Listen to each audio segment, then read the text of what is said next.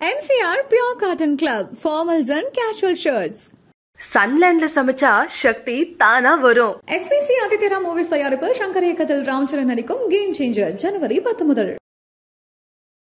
என்னோட வாழ்க்கையில ஸ்மூதா பயணிச்சோம், ஹாப்பியா பயணிச்சோம் அப்படின்றது கிடையாது. 20ஸ்ல இருந்து கடந்து வந்த பிள்ளைங்களை பார்த்தா அப்படியே நான் ஷாக் ஆகி பொண்ணுங்கள்லாம் இப்படி கூட இருக்காங்களா அப்படின்ற மாதிரி ஆயிடுச்சு. 6 மாதம் நான் பேசினேன், பழகினேன் and I got married, which was a very bad decision. Wrong person நான் போயிட்டேன். So when I came out of that relationship, I felt nice. என்னோட கல்யாணமுமே பேக்ரவுண்ட் செக் பண்ண ஒரு சில பேர் எனக்கு சரியான ஃபேக்ட்ஸை கொடுக்கல. நாங்கள் ஏன் சொல்லலைன்னா, அட்லீஸ்ட் உங்கள் கூட லைஃப் நடத்தும் போதாவது அவன் உருப்படியாக இருப்பான்றதை என்கிட்ட என் சொந்தக்காரங்களே என்கிட்ட சொன்னாங்க. ஆனதுக்கப்புறமும் நீங்கள் என்ன காலில் மெட்டி போட்டுக்கிட்டு சுற்றுறீங்க, கல்யாணம் ஆயிடுச்சான்னு கேட்பாங்க. யாரை கல்யாணம் பண்ணிக்க தெரிஞ்சுட்டு என்ன பண்ண போகிறீங்க நீங்கள் கேட்பாங்க. நான் டிவோர்ஸ் ஆகிட்டேன்றது வெளியில் சொல்லணுன்றது அவசியமே கிடையாது. அந்த வேலையை பார்த்து தான் என் கூட இருந்த ஃப்ரெண்டு தான்றது எனக்கு தெரியும். பாடி லாங்குவேஜ்லேயே ஃபர்ஸ்ட் லைன் அவங்க பேசும்போதுமே தெரிஞ்சிடும், ஏதோ ஓகே இது எதுக்கோ வேற எதுக்கோ அடி போடுறாங்க போல. ஹாய் விலாசினி, எப்படி இருக்கீங்க? Good fine fine. இவ்வளோ விஷயங்கள் பண்ணிட்டு இருக்கீங்களா, எப்படி இருக்கு லைஃப்? என்ன சொல்கிறது, சர்வைவல் ஆஃப் த ஃபிட்டஸ்ட்னு சொல்லுவாங்கள்ல, அது எல்லாரும் சொல்கிறது என்னென்னா, you stay in one place. ஒரு இடத்துல நீங்கள் பல வருடங்கள் வேலை பார்த்துட்டே இருக்கீங்க அப்படின்னா you are meant to be survival of the ஃபிட்டஸ்ட்னு சொல்லுவாங்க. But it's not that. எந்த இடத்துல உங்களை கொண்டு போய் விட்டிங்கனாலும் அந்த இடத்துல ஒரு வேலை பார்த்து உங்களை நீங்கள் பார்த்துக்கிறதுன்றது தான் சர்வைவல் ஆஃப் த ஃபிட்டஸ்ட். அதோடைய அர்த்தம் அதுதான். ஸோ ஒரு பாயிண்டில் எனக்கு பேக் எண்டில் ஒர்க் பண்ணுறது ரொம்ப பிடிக்கும். இட் பிகன் இன் ரேடியோவில், அந்த ரேடியோவில் ஆரம்பிச்சது தான். ஹவு டஸ் இட் ஒர்க் அப்படின்றதுல போய் போய் போய் போய் பார்த்து, ஸோ ஜென்ரலாகவே எனக்கு அது அந்த ஒரு இன்ட்ரெஸ்ட் உண்டு. ஸோ வாய்ஸ் ஓவரிங் நான் முன்னாடி கற்றுக்கிட்டது இட் ஹெல்ப் மீ ஹியர். இப்போ இந்த போஸ்டர் டிசைன்ஸ் எல்லாம் நான் பண்ணுறது, இதுக்கப்புறம் உட்காந்து ஒர்க் பண்ணுறது, இதுக்கப்புறம் பிஸ்னஸ் கார்ட்ஸ் பண்ணுறது, இதெல்லாம் it all work for me. So அந்த மாதிரி இருக்கும்போது ஏதோ ஒரு பாயிண்டில் ஏதோ something can help me out. And அது அந்த அந்த ஜாக் ஆஃப் ஆல் ட்ரேட்ஸ்ன்னு சொல்லுவாங்க. But of course yes, jack of all trades தான். ஸோ வெனெவர் ஏதாவது ஒரு விஷயம் ஜாஸ்தியாகி கம்மியாச்சுன்னா I pull out the card, I use it and I keep it back again. So early 30sல you are like traveling. So 30sல life எப்படி இருக்கு? ஒரு 30sல life நான் பார்த்த life it is all rough roads தான். Right from the age 13ல இருந்து till now the roads have been rough. Like there is no smooth road at all. என்னோட வாழ்க்கையில் நம்ம ஸ்மூத்தாக பயணித்தோம், ஹாப்பியாக பயணித்தோம் அப்படின்றது கிடையாது. மேபி நான் என்னை அந்த மாதிரி புட்டப் பண்ணிக்கிறதுனால எல்லாரும் உங்களுக்கு என்ன கவலை அப்படின்னு கேட்பாங்களே தவிர, எல்லாருக்கும் இருக்கிற மாதிரி பிரச்சனைகள் இருக்குது. But degree varies. அதில் தோல்விகள் இருந்தாலும் அதை நான் ஏற்றுக்க தான் செய்யணும். அதில் எனக்கு வெற்றி கிடைச்சாலும் நான் தலையில் தூக்கி வச்சுட்டு கொண்டாடவும் மாட்டேன். Because every day is like ups and downs தான். அதுவும் இன் மீடியா ஃபீல்டு நீங்கள் நினைக்கும் போது it is not stable. So இன்றைக்கி ஒரு இன்டர்வியூ கிடைக்கும், நாளைக்கு எனக்கு ஒரு டப்பிங் கிடைக்கும், இல்லை சில நாட்கள் 1 மாதம் நான் சும்மாவே இருப்பேன். அப்போ ஃபோட்டோ ஷூட்ஸ்லாம் பண்ணிகிட்டு இருப்பேன். அந்த மாதிரிலாம் நிறையா உண்டு. ஸோ இப்போ விலாசினி ஒரு 20 years அந்த 20s லைஃப் ஸ்டைல் இருக்கும் தெரியுமா? அதில் இல்லாத ஒரு விஷயம் இன்னைக்கு எனக்கு இந்த 30sல கிடச்சிருக்கு அப்படின்னா என்ன ஒரு விஷயம்? பார்த்தோன்னே கண்டுபிடிச்சிருவேன். முன்னாடிலாம் பேசி பழகி அவங்க என்ன சொல்ல வராங்க, என்ன சொல்ல வரீங்க, ரொம்ப பொறுமையாக உட்காந்து கேட்குறது. அதுக்கப்புறம் சில டேர்ம்ஸ் எல்லாம் இன்டெரக்டாக பேசும்போதெல்லாம் எனக்கு ஒரு மாதிரி ரொம்ப கன்ஃபியூசிங்காக இருக்குது. இவங்க இதை தான் கேட்குறாங்களா, அதை தான் கேட்குறாங்களான்ற மாதிரி இருக்கும். அதுக்கப்புறம் பசங்க நம்மக்கிட்ட பேசுகிற விதத்துலேயே கன்ஃபியூஸ்ட் ஸ்டேட்லேயே இருப்பேன். இவன் இப்படி சொன்னானே, இப்படி எதுக்காக அப்படி சொன்னான் அப்படின்லாம் யோசித்து வரத்துக்கே ஒரு 10 நாள் 15 நாள் ஆகிடும். இப்போல்லாம் என்கிட்ட பேச வரும்போதே அவனுங்களோட பாடி லாங்குவேஜை வச்சு கண்டுபிடிச்சிடுவேன். பொண்ணாக இருந்தாலும் சரி, பையனாக இருந்தாலும் சரி. And I observe a lot. முன்னாடி நான் அவ்வளோ அப்சர்வ் பண்ண மாட்டேன். ஏன்னா நான் இப்போ ரொம்ப ஓடுற ஸ்பீடு தான் அது. வேலை வேலை இருக்கா, இது இருக்கா, அது இருக்கா, அது அப்படி ஓடுற ஸ்பீட். இப்போல்லாம் பார்க்கும்போது இப்படியே உட்காந்துட்டு பார்க்குறது, சரி சரி ஓகே இதுதான் நடக்க போகுதான்னு. அதுவும் என்னென்னா I make sure that like my calculations whatever நான் ஆன்டிசிபேட் பண்ணுறது கரெக்டாக வர நடக்கும். அது என் ஃப்ரெண்ட்ஸ் கிட்ட சொல்லும் போது அவங்க ச்சே அப்படிலாம் கிடையாது அப்படின்வாங்க. அதுக்கப்புறம் ஒரு 10 நாள் கழிச்சு திரும்ப அவங்களே கால் பண்ணி நீ சொன்ன மாதிரி தான் மச்சான் நடந்தது அப்படின்வாங்க. ஸோ அதனால இப்போ பார்த்த உடனே பாடி லாங்குவேஜ்லேயே ஃபஸ்ட்டு லைன் அவங்க பேசும்போதுமே தெரிஞ்சிடும் ஏதோ ஓகே இது எதுக்கோ வேற எதுக்கோ அடி போடுறாங்க போல இருக்கு அப்படின்றது தெரிஞ்சிடும். ஸோ அந்த வகையில் I'm little bit safe. And relationship அப்படிங்கிற ஒரு விஷயம் ஸ்டார்ட் ஆகுறது அப்படின்னு பார்த்தீங்கன்னா மோஸ்ட்லி இந்த 20s தான். அது முன்னோக்கி போகுதா அப்படிங்கிறது சில பேருக்கு தான், மோஸ்ட்லி பின்னாடி போய் பேக்வர்டாக போகிறவங்க தான் இருக்காங்க. ஸோ இந்த ரிலேஷன்ஷிப் அப்படிங்கிறது அந்த ஒரு 20sல நம்ம சீரியஸாக எடுத்துக்கலாமா, இல்லை அது எப்படி ஹேண்டில் பண்ணணும் அந்த ஏஜில்? நான்லாம் 20sல இருந்து கடந்து வந்த பிள்ளைங்களை பார்த்தா அப்படியே நான் ஷாக் ஆகி பொண்ணுங்கள்லாம் இப்படி கூட இருக்காங்களா அப்படின்ற மாதிரி ஆயிடுச்சு எனக்கு. சில நேரங்களில் வந்து கஷ்டமாகவும் இருக்கும், சில நேரங்களில் அவங்கள பார்க்கும் பொழுது என்ன இது நம்மளுக்கு கூட இந்த தைரியம் இல்லாமல் போயிடுச்சே அப்படின்ற மாதிரி இருக்கும். இன்றைக்கெல்லாம் அவங்க ரொம்ப sharp. when they are into a relationship different kinds of things அவங்க பார்க்குறாங்க. எப்படின்னா வந்து அவங்களுக்கு ஒரு குவிக் எக்ஸ்போஷர் வேணுன்றதுக்காக ஒரு பெரிய செலிப்ரிட்டி கூடவே ட்ராவல் பண்ணுறது, அதோடு நிறுத்திக்கிட்டா பரவாயில்ல, ஏன்னோ அவங்களுக்கு எல்லாமே நான் தான் அப்படின்னு சொல்கிறது, மற்றவங்க கிட்ட ப்ரொபகண்டா பண்ணுறது. அண்ட் ரெண்டாவது இன்னொருத்தவங்களை ப்ளீஸ் பண்ணுறது உங்கள் வேலையே கிடையாது. Okay when it comes to இங்கே எல்லாமே எங்கேருந்து ஆரம்பிக்குது அப்படின்னா வந்து there is no serious relationship at all. அதாவது நான் ரொம்ப நொந்து போயிருக்கும் போது என்கிட்ட யாராவது வந்து பேசினாங்கன்னா I feel that he is nice, he is good or she is good to me and you know நாங்கள் வந்து we wanted to get along, நாங்கள் 2 பேரும் சந்தோஷமாக தான் இருக்கோம், ஹாப்பியாக இருக்கோம், செல்ஃபி எடுத்து போட்டுக்கிறோம், you know my beautiful day starts here அப்படின்னு சொல்லி போட்டுக்கிறோம், எல்லாம் பண்ணுறோம், ஓகே ஃபைன். பட் இது எங்கே போகுது? I don't know, like whether the destiny is something different which you நம்ம அக்செப்ட் பண்ணிக்க முடியாத ஒரு டெஸ்டினியாக கூட இருக்கலாம். But at the end of the day you know like ஒரு லைஃப்குள்ளே ஒரு ஜோனுக்குள்ளே போகும்போது இல்லை அவங்களுக்கு ரொம்பவே கஷ்டமாக இருக்கும். when they see this reality, என்னது இது நம்ம நினச்சோம் வேறு மாதிரி இருக்குது அப்படின்ற ஒரு தாட் வரும்போது they can't handle it. Social மீடியம்ஸில் நிறைய அந்த ஹைப்பாகி பண்ணுற விஷயம் இருக்குல்ல, அதெல்லாம் பார்க்கும்போது அந்த ரியல் கேரக்டரே பக்கத்தில் வரும்போது அந்த ப்ளீஸிங் மோடு போயிடுவாங்க. ஸோ போய் இன்னும் ஐ எம் கீப்பிங் கம்ஃபர்டபுள் இதெல்லாம் இருக்குடா. பட் இவங்க என்ன பண்ணுவாங்கன்னா ஏதோ ஒரு பிள்ளை வந்து நம்மளுக்காக பண்ணுது, ஓகே ஃபைன் பேம்பர் பண்ணுறத வந்து இவங்க அட்வான்டேஜ் எடுத்துக்கிறது, அவங்க வீக்னஸ் இவங்க, that is all mess actually. When you come in to a real லைஃப்பில் வரும்போதில் ரொம்ப ஹார்டாக இருக்கும் அது வந்து எதிர்கொள்கிறதுன்றது. ஏன்னா அப்போ தான் நிஜமாகவே நம்ம யாருன்றது ரிவீல் ஆகும், அவங்க யாருன்றது ரிவீல் ஆகும். அது நீங்கள் அக்செப்ட் பண்ணிக்கவே முடியாது. அப்போ இதெல்லாம் பொய்யா, இதெல்லாம் வந்து இதுவா you go into a drama, you get into depression, you talk to people, you don't talk to people, அந்த ரீல்ஸ் போடுறது, அழுவுறது, இது பண்ணுறது, வெண்ட் அவுட் பண்ணுறது, உன் கதை ஊருக்கே தெரிஞ்சு இது மாதிரி ஒரு கொலாப்ஸ் ஆகிடும். ஸோ நிம்மதி இருக்காது. ரொம்ப அழகாக சொல்லிட்டீங்க. நீங்கள் சொல்கிறது எவ்வளோ இப்போ 20 வயசில் இருக்க பொண்ணுங்களுக்கு புரியுமான்னு எனக்கு தெரியல, புரிஞ்சுக்கணும். பிகாஸ் அவ்வளோ அழகாக நீங்கள் சொல்லியிருக்கீங்க, என்ன நடக்கும்ன்றது எண்டு வரைக்கும் சொல்லிட்டீங்க. புரியாதுங்க அது. இப்போ என்னையவே பார்த்து என்ன தெரியுமா கிரிஞ்சா போடுவானுங்க, பூமர் ஆண்டின்னு வானுங்க. இன்னைக்கு வந்து மேரேஜ் அப்படிங்கிறது சீரியஸாக எடுத்துக்கிறாங்களான்றது ஒரு விஷயம் இருந்தாலும் அது எப்படி ஆக்சுவலி ஹேண்டில் பண்ணுறாங்கன்னு நினைக்கிறீங்க இப்போ இருக்க normal opinion? See 3 to 4 things are there. Okay, marriage வந்து நீங்கள் இப்போ கேட்குற மாதிரி சீரியஸாக எடுத்துக்கிறாங்களா அப்படின்னா இன்றைக்கி வந்து இப்போ எல்லாருமே டியூன் ஆகிட்டாங்க. எப்படி டியூன் ஆகிட்டாங்கன்னா வந்து நான் எவ்வளோ தூரம் ரீச் ஆவேன், அதுக்காக நான் நல்லா காமிச்சிக்கிறேன் அப்படின்றதுக்கு ஒரு விஷயத்துக்கு டியூன் ஆகிட்டாங்க. Okay, same with respect to YouTube சேனலே சொல்கிறேன். பழகும்போது ஒரு முகம் இருக்கும், நம்ம ஃபஸ்ட்டு ஒருத்தவங்களை மீட் பண்ணும்போது ஒரு முகம் இருக்கும். ரெண்டாவது அக்செப்டன்ஸ் வரதுக்கு முன்னாடி ஒரு விதம் இருக்கும், ப்ளீஸிங் மோட்லேயே இருக்கும். அக்செப்ட் ஆனதுக்கப்புறம் ஒரு லிபரேஷன் வந்துகிட்டே இருக்கும். அக்செப்ட் ஆகி 2 பேரும் வந்து ட்ராவல் பண்ணும்போது ஒரு சேச்சுரேஷன் வந்துக்கிட்டே இருக்கும். அஞ்சாவது பார்த்தீங்கன்னா when they get into a relationship ரியாலிட்டிக்குள்ளே வரும்போது there comes financial existence, emotional bonding, your situations, your expectations, இது எல்லாம் வரும்பொழுது நீங்கள் ஆப்போசிட்டில் இருக்கிறவங்கள அரவணைச்சு போகிறதோ இல்லை நீங்கள் கொஞ்சம் விட்டு கொடுத்து போகிறதுன்றது அவங்கவுங்க கையில் தான் இருக்குது.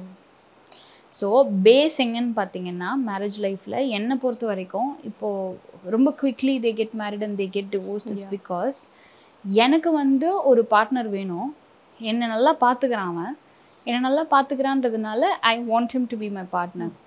அவனால் பார்த்துக்க முடியாத சூழ்நிலை வந்தால் அப்பயும் நீ அவனை லவ் பண்ணணும். இன்றைக்கி என்கிட்ட இருக்குன்றதுனால நான் உனக்காக வந்து ஒரு ரேடோ வாட்ச் கிஃப்ட் பண்ணுறேன், ஒரு டைமண்ட் நெக்லஸ் நான் கிஃப்ட் பண்ணுறேன் அப்படின்னு பண்ண தான் செய்வான். நாளைக்கு அவனுக்கு ஒரு ஃபால் வரும்போது it is you who has to understand he is the sweetest person who was doing something for me.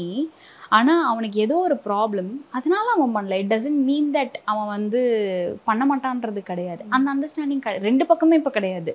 என்னோட கல்யாணமுமே வந்து ப்ரீவியஸ்லி when I 6 மாதம் வந்துட்டு நான் பழகினேன் and I got married, which was a very bad decision in my life. ஏன்னா நான் background அவ்வளோவா நான் விசாரிக்கல, பேக்ரவுண்ட் செக் நான் அதிகமாக பண்ணலை. பேக்ரவுண்ட் செக் பண்ண ஒரு சில பேர் எனக்கு சரியான ஃபேக்ட்ஸை கொடுக்கல. சேம் என்னோட லைஃப்பில் வந்து ஒரு பிரச்சனைன்னு வரும்போது those people they came in and they said like we all know this before. நாங்கள் ஏன் சொல்லலைன்னா அட்லீஸ்ட் உங்கள் கூட லைஃப் நடத்தும் போதாவது அவன் உருப்படியாக இருப்பான்றதை என் சொந்தக்காரங்களே என்கிட்ட சொன்னாங்க. உன் வீட்டுக்கு பொண்ணுக்கு நடந்திருந்தா நீ எப்படி பண்ணியிருப்பியா? என்ன எக்ஸ்பெரிமெண்டலாக நம்மளை விட்டுட்டு they made it as an experiment for me. So in that case நான் வந்து என்ன பண்ணிட்டேன்னா I took the blame. It's like நான் தான் முட்டாளாயிட்டேன், நான் ரொம்ப முட்டாளாயிட்டேன். I should put my foot down and I should have நான் போய் அந்த வேலையை பார்த்துருக்கேன். நான் ஒரு பொறுப்பை ஒப்படைச்சது என்னுடைய தவறு. என்னென்னலாம் நான் வந்து பண்ணணும், என்னெல்லாம் நான் ரொம்ப நம்பி பண்ணணும், அது எதுவுமே வந்துட்டு என்னோடய லைஃப்பில் ஹெல்ப் பண்ணாதுன்றது எனக்கு தெரிஞ்சு போச்சு. ஸோ நான் வந்து உன்னை கம்ஃபர்டபுளாக வச்சுக்கிறதுக்காக எடுத்த முடிவுகள் எனக்கே அது சூட்சமமாக வரும்போது அந்த இடத்துல நான் என்னை பற்றி கேர் பண்ணல, என் ஃபேமிலியை பற்றி கேர் பண்ணல, எங்கள் அப்பா அம்மாவை பற்றி கேர் பண்ணல, என் சுற்றி இருக்கக்கூடிய என்னோடய சொந்த பந்தங்கள் யாரையுமே நான் கேர் பண்ணலை. அவங்க என்ன நினைப்பாங்கன்னு நினைக்கல, அவங்க ஹெல்ப் பண்ணல, அது வேற கதை. பட் நான் அதை பற்றிலாம் எதுவுமே யோசிக்கவே இல்லை. ஐ பர்சனலி ஃபெல்ட் ஓகே, இந்த ரிலேஷன்ஷிப்குள்ளே ஹஸ்பண்ட் ஒய்ஃப்னு வந்துச்சுன்னா it is my duty that I have to support ஹிம்ன்றது அவனை ராங் பர்சன்ட்டு நான் போயிட்டேன். I understand that. So when I came out of that relationship I felt nice, I felt really good. இப்போ நான் வந்து இந்த மாதிரி இப்போ நீங்கள் சொல்கிறீங்க இல்லையா, த்ரீ மந்த்ஸில் மேரேஜ் அண்ட் டிவோர்ஸ்ன்னு பார்க்கும்போது there is first of all வந்து 3 monthஸில் ஒருத்தங்களை பற்றி புரிஞ்சிக்கவே முடியாது. 18 வருஷம் கழித்து 20 வருஷம் கழித்து தான் ஒரு ஹஸ்பண்டுக்கு ஒரு ஒய்ஃபை பற்றியே புரிய வரும். ஓகே, அவ்வளோ பெரிய ட்ராவல் இருக்குது அதில். Love is all will cure lot of things. If you are true to that person, if you are true to this universe, if you are true to that relationship, ஆப்போசிட்டில் இருக்கிறவனை ஏமாத்தினாலும் உனக்கு சீக்கிரம் தெரிய வரும். ஆப்போசிட்டில் இருக்கிற பொண்ணோ பையனோ வந்துட்டு உங்கள்கிட்ட டாட்ச் பண்ணுறாங்கன்றது அவங்க பண்ணாங்கன்னால் அது உங்களுக்கு காமிச்சு கொடுக்கும்.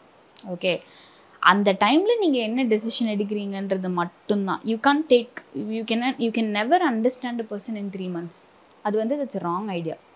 என்கிட்ட நிறைய பேர் வந்து இந்த ஸ்டோரியில் போடும்போதெல்லாம் கேட்பாங்க, நீங்கள் வந்து நீங்கள் வந்து ஏன் இன்னும் you are not getting into any relationship or why are you like this. It's none of your business. இது எனக்கு வந்து என் வீட்டுக்குள்ளே என்ன நடக்குதுன்றது நான் அதுக்கு உனக்கு சொல்லணும். வீட்டில் இருக்கிறத பார்க்கறதுக்கே உனக்கு டைம் இல்லை, நான் அதுக்கு உனக்கு சொல்லணும். என்கிட்ட யாராவது என் பர்சனல் லைஃப்பை பற்றி கேட்டாங்கன்னா என்னோட பதில் அதுதான். Any media or anybody else who comes and ask me. என்கிட்ட இப்போ நிறைய பேர் கேட்பாங்க என்னன்னா வந்து நீங்கள் என்ன காலில் மெட்டி போட்டுக்கிட்டு சுற்றுறீங்க, கல்யாணம் ஆயிடுச்சான்னு கேட்பாங்க. I give them an answer. N problem என்னென்னா, நான் வந்து சீரியலில் நடிக்கும்போது எனக்கு வர கேரக்டர்ஸ் எல்லாமே பார்த்தீங்கன்னா கல்யாணம் ஆகி குழந்திருக்கிற கேரக்டர்ஸ் தான். ஸோ எனக்கு என்ன ஆயிடுச்சுன்னா வந்து ஒன்ஸ் நான் டிவோர்ஸ் ஆனதுக்கப்புறமும் you know how media field works. Okay, so இதில் என்னோட சுயநல காரணமும் ஒன்று இருக்குது. நான் வந்து நிஜமாவே எனக்கு கல்யாணம் ஆயிடுச்சா, நிஜமாவே நான் யார் கூட இருக்கேன், இது ரிவீல் பண்ணுறது என் வேலை கிடையாது. ஆனால் உண்மையான ரீசன் என்னென்னா, எனக்கு ஆக்சுவலி மெட்டி போட்டு கழட்ட முடியல. சரி நான் பேசாமல் ஒரு மெட்டி வாங்கி போட்டுக்கிறேன், ஏன்னா இது மறந்து போயிடும் எனக்கு. அங்கே அவன் செட்டில் கேட்டால் அவன் இன்னும் என்ன மேடம் அப்படின்னா இன்னைக்கு அப்படின்னு. சரி லைக் ஓகேப்பா, 2 விஷயம் இருக்குது. சேஃபாக இருக்கிறதுக்கு ஒரு மேட்ரு, இன்னொரு விஷயம் வந்துட்டு நான் மறக்க மாட்டேன், பண்ணுறது எல்லாமே மேரிட் கேரக்டர் தான். ஸோ ஓகே, காலில் இருந்துட்டு போட்டோம், ஒன்றும் பிரச்சனை இல்லை.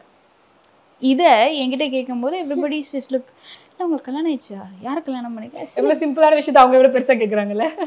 ஐல் பி லைக் இது தெரிஞ்சுட்டு என்ன பண்ண போகிறீங்க அப்படின்னு கேட்பேன் நான்.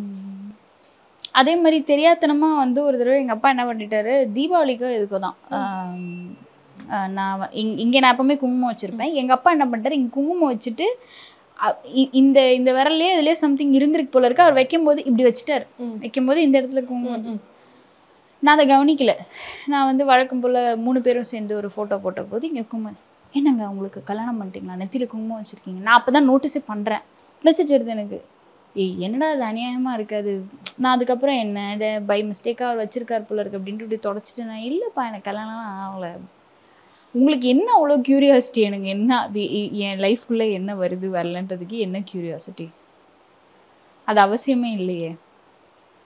நீங்கள் என்ன பார்த்து சூடு போட்டுக்குவேன். புடவை கட்டுறோம், நகை போட்டுக்கிறோம், அது வேறங்க. That's an inspiration. அது பெண்களுக்குன்னே இருக்கக்கூடிய ஒரு குணம் தான்.